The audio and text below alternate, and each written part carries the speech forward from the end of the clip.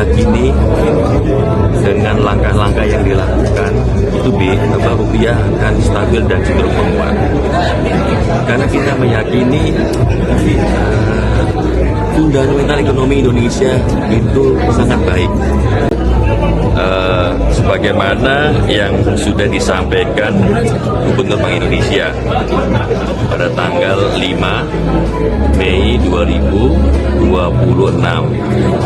konferensi pers di Istana, bahwa pelemahan nilai tukar rupiah dan juga sejumlah negara gitu ya, pasca dimulainya konflik Timur Tengah akhir Februari 2026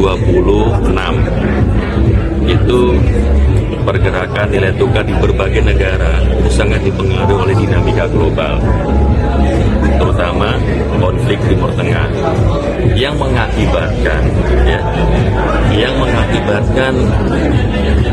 naiknya harga minyak. Teman-teman kalau lihat dari akhir Februari sampai dengan sekarang itu kenaikan harga minyak sudah lebih dari 40% harga minyak dunia ya.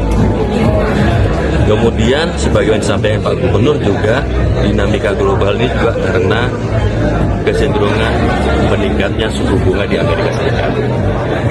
Kalau kita lihat sekarang US Treasury 10 tahun sudah mendekati 4,5%. Akhir Februari masih sekitar 4%, ada kenaikan sekitar 10%. Termasuk juga dengan kecenderungan menguatnya indeks dolar. Nah, faktor global, dinamika global ini yang membuat mayoritas mata uang di dunia itu juga melemah. Tidak hanya rupiah, ada Filipina peso, ada Thailand baht, ada India rupee, ya, ada mata uang Afrika Selatan, Chili, Korea won, kira-kira seperti itu ya. Nah, tentunya sebagaimana disampaikan juga Pak Gubernur, dalam negeri juga saat ini demand dolar juga meningkat karena sedang musim repatriasi dividen, kemudian juga pembayaran hutang luar negeri, dan juga terkait dengan kebutuhan untuk haji. Nah, oleh sebab itu, sebagai yang disampaikan Pak Gubernur juga, BI sangat menyadari kondisi ini, sehingga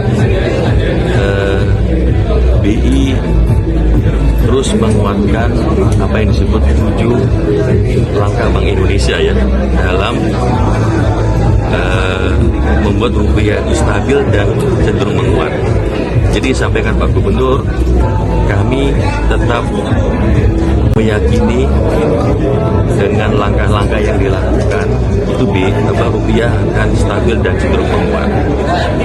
Karena kita meyakini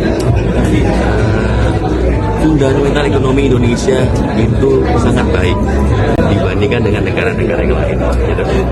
Teman-teman sudah tahu semua bagaimana angka pertumbuhan kita di triwulan 1, kemudian bagaimana stabilnya inflasi kita, bagaimana prudennya Indonesia mengelola hutang luar negeri dibandingkan dengan negara lain, ya, dan bagaimana prospek ke depan.